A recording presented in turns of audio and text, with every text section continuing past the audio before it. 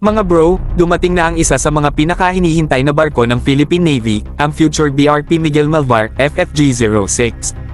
Casual lang na dumaan pero may bitbit na bigating presensya, dumaong na ito sa Naval Operating Base Subic ngayong April 4, 2025.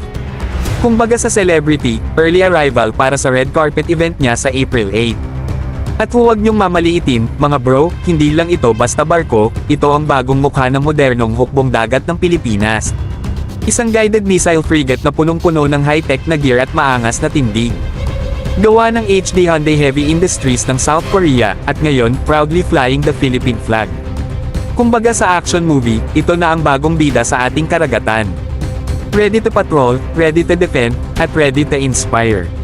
With cutting-edge weapon systems and sensors, plus slake lines na parang pang-fast and furious ng dagat, this ship is not just a symbol of strength, it's a clear statement, Philippine Navy is leveling up, mga bro.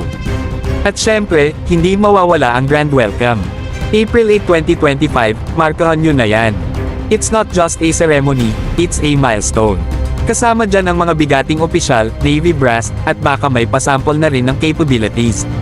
Abay parang ribbon cutting ng bagong Ferrari, pero pang national security ang specs. Malinaw na ngayon, mga bro, na hindi na tayo nagpapauso lang. Tayo na mismo ang gumagawa ng uso sa Southeast Asia. From second-hand ships to state-of-the-art frigates, from repairs to real capability. Saludo tayo sa Philippine Navy, slowly but surely, nagiging modernong maritime force to reckon with. Kaya mga bro, tuloy-tuloy ang laban. Hindi lang ito tungkol sa barko, kundi sa karapatan nating protektahan ang ating bayan.